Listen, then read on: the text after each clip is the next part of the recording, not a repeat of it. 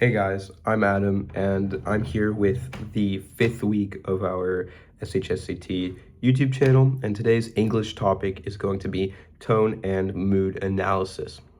So like usual, before we get into some practice problems, we're just going to look at some key tips that I want to give you guys, and I just want to remind you guys that these key tips can be used for more than just one type of problem. So I just want you guys to keep that in mind when we're looking at these tips because they could be helpful in other cases. So my first key tip for you guys is to pay attention to the negative and positive connotations in a passage, right? When you're looking at these small words, and I think I brought this up in an earlier English video, but words are chosen for a reason. The author could have used so many different words to say what it is they're saying, but they chose one word. And so you need to be thinking, why did they choose this word? What does this mean, right? They could have used a bunch of different words. Is this word super negative? Is it super positive? Is it somewhere in between, right? You just need to be thinking about that, because if you see this, you get an overall gist for what the tone and mood of the passage is, right? So I have a little example here. He left the room versus he sprinted out of the room. So he left the room is a kind of a neutral connotation, right? You can't really know if it's positive or negative without having some context.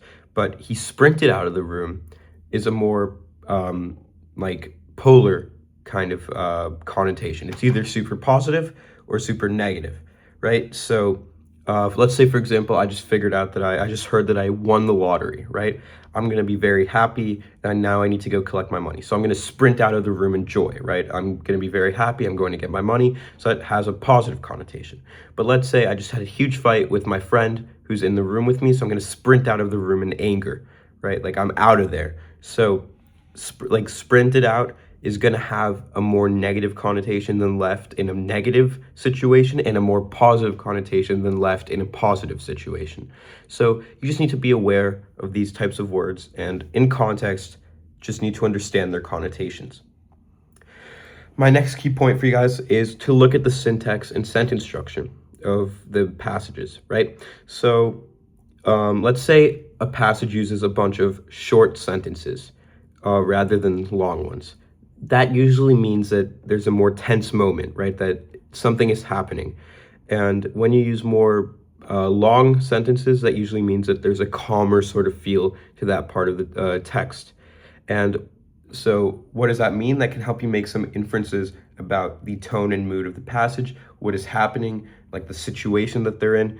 And that this just shows that even not only the words themselves matter, but kind of the structure also matters. So just keep that in mind when you're reading. My next key point is going to be analyze the POV of the text. So this applies more to science fiction passages, to nonfiction passages. But you just need to be looking at, why is this being written? What is the audience? What facts are they using? And by looking at this, you're just getting a general gist of if the passage is like negative about something, positive about something, what they're trying to get someone to do. So this is some like important stuff that can really help you. And this also helps, I guess, a bit with the fiction passages, but this is a lot more helpful with those scientific sort of passages that you'll come across. And my last key point is look for figurative language. And this, on the other hand, applies way more to fiction and, like fantasy rather than the nonfiction. But, imagery, like metaphors, similes, personification, all these different figurative techniques can be very helpful to analyze the mood, right? If it's a positive thing, then, there's going to be a happy mood. If it's negative, there's a sad mood, right? So these techniques are also what most questions are going to be targeting, right? The figurative language. And so whenever you see like these figurative techniques, you need to be very aware. A question might ask me about this. What does this mean in this context? Why is this important? Okay, so now we're just going to look at some practice problems, and I have the text here. I'll just let you guys see that, because I'd rather save time and let you guys read that on your own. So if you guys want to pause now, read the text, and I'm also going to scroll, let you guys see the questions, and then we'll get into it. So here's the text. Here are the questions. Okay, So let's get into this. Question number 1. In paragraph 2, how does the phrase, when all three had taken the trouble to tell her, affect the tone in the first part of the excerpt? So let's just look at paragraph 2. Paragraph 2. It only occurred to her, as she swung her heavy suitcase down the rather long step to the ground, and then carefully swung herself after it, that it was strange that neither conductor, brakeman, nor porter had come to help her off the train, when all three had taken the trouble to tell her that hers was the next station. But she could hear voices up ahead. Perhaps something was the matter with the engine that detained them, and they had forgotten her for a moment. Okay, so let's just look at our answer choices. So we see here E. It creates an accusatory tone by suggesting that Margaret believes that others are responsible for her problem.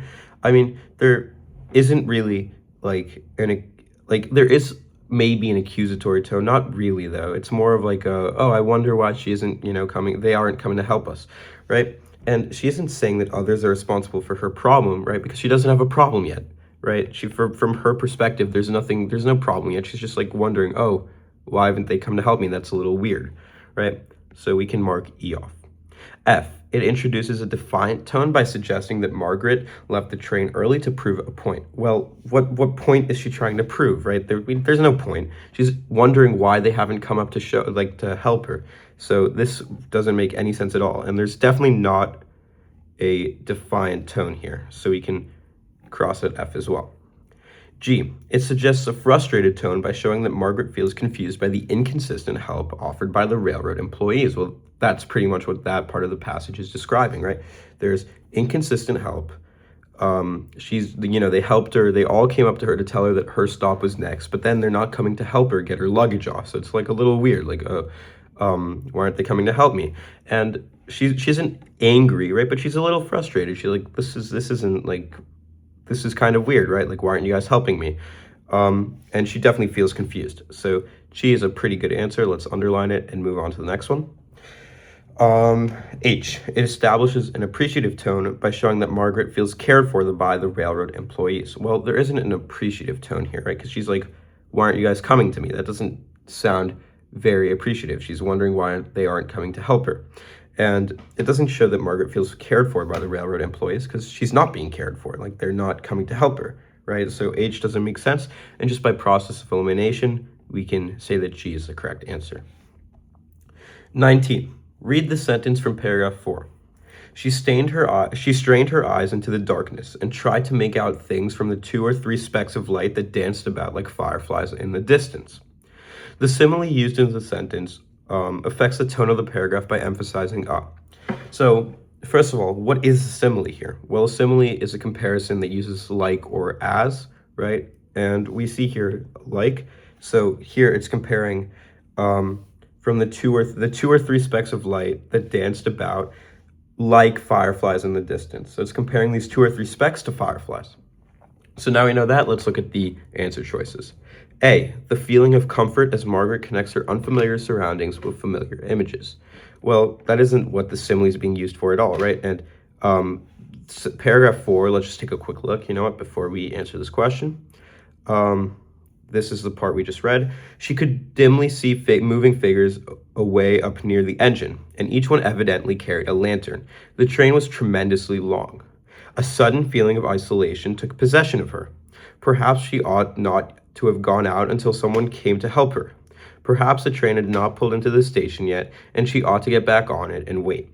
Yet if the train started before she found the conductor, she might be carried on somewhere, and he'd justly blame her for a fool. Okay, so let's just look at 19 again. A feeling of comfort as Margaret connects her unfamiliar surroundings with familiar images. Well, that isn't what she's seeing, right? She's wondering where they are, why she isn't at the station. So it's not really a feeling of comfort. It's more like she's kind of scared. I wouldn't say like she's really scared, right? But she's kind of like, oh, we're not at the station. Like, why'd we stop here if we're not at the station? Maybe we haven't made it to the station yet. And she's definitely not comparing this to familiar images. So we can safely cross out A. B, the sense of lonesomeness as Margaret realizes that she's on her own in the wilderness. Well, this is kind of what she's realizing. She's like, if we even look back here, it says a feeling of isolation took possession of her, right? That is kind of like that sense of loneliness. She's outside. She realizes she's in the wilderness. There's no train station anywhere. There's no platform, right? Maybe we haven't actually made it to the station yet. Maybe she should get on the train. This is all showing that she's kind of, lonely, and she's kind of like scared that she's on her own. So B seems like a pretty solid answer. C, a sense of tranquility, as Margaret is distracted from the urgency of her situation by the beauty of the night. Well, that doesn't really make sense because she's kind of worried, right? And it literally says a feeling of isolation, right, in the text. So it doesn't make sense for her to feel calm, right? That's what tranquility means. It means like a feeling of calmness, right? And she's definitely not distracted from the urgency of her situation. She's debating what she should be doing, right? And not by the beauty of the night. So we can cross out C. And D, a feeling of dread as Margaret regards the desolation of the land that surrounds her. Well, she's not really thinking about that. Her entire thing is, maybe I should get back on the train. Maybe I should wait. Like, that isn't what she's thinking about, right? She's thinking about herself, not about the surroundings. So we can cross out D. And she's not dreading. She's still like scared, but she's not like dreading, right? So B is by far the better option here. 20. Read paragraph 9 from the excerpt. A moment of useless screaming, running, trying to attract someone's attention, a sickening sense of terror and failure, and the last car slatted itself past with a mocking clatter, as if it enjoyed her discomfort. So looking at this, it's asking for the imagery in the sentence and what it conveys. Well, we see it says a moment of useless screaming, running, and trying to attract someone's attention, and a sickening sense of terror, right? As the last car slatted itself past with a clatter, as it enjoyed her discomfort. So let's look at our answer choices. E, growing irritation Margaret feels as she's ignored by the people on the train.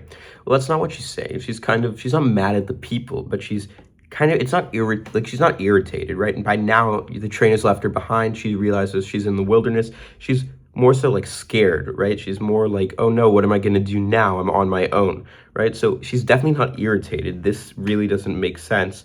And ignored by the people on the train. Well, she is ignored by the people on the train, but she's not mad about that, right? She's more so scared that she's on her own. F, the effort Margaret is making despite being physically unable to keep up with the train.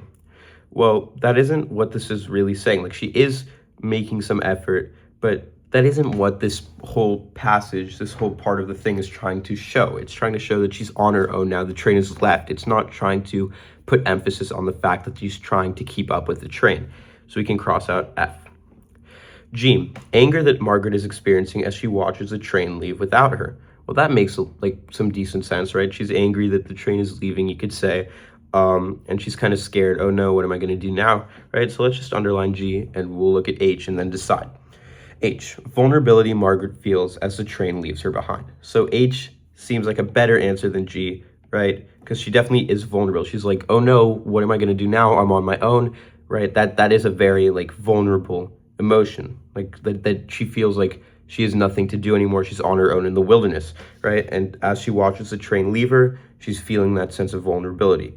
G is an okay answer, but it's not that she's angry. It's more so that she's vulnerable, right? She isn't very mad. Like, she's obviously scared, and I guess you could say that she's angry, but it's more so vulnerability, right?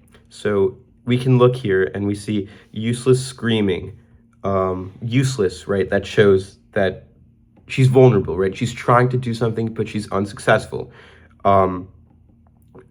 We see the car slatted itself past and it enjoyed her discomfort. Like, there's nothing she can do. She's just watching the train disappear. She's stuck, which is why H is the correct answer. And now let's read paragraph 10 from the excerpt, question number 22.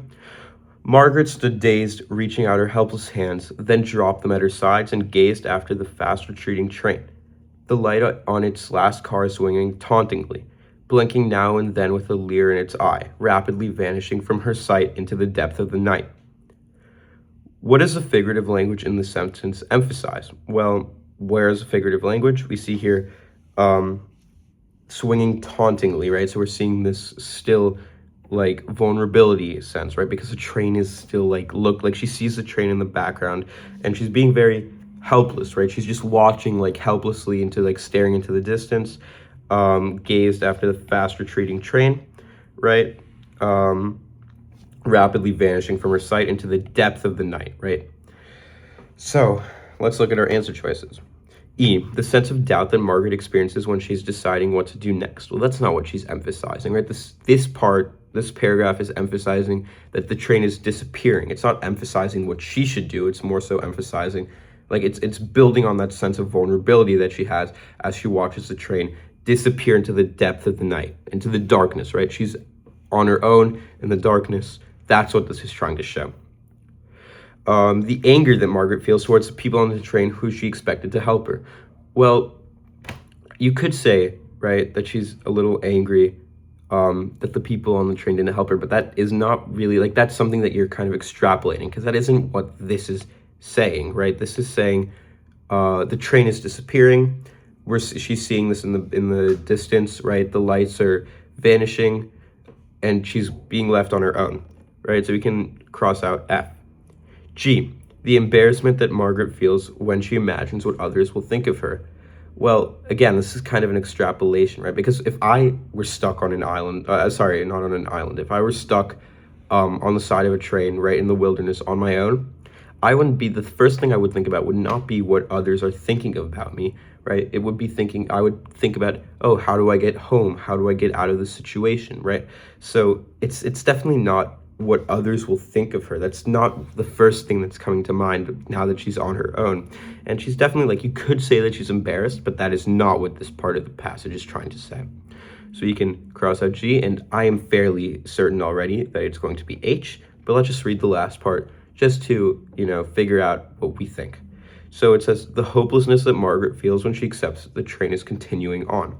Well, that is kind of like the vulnerability, right? She's watching, reaching out her helpless hands, right? She's realizing that she's being left behind. There's nothing she can do. It's being taken into the depth of the night, and she's stuck there, right? So that definitely is what this part is saying.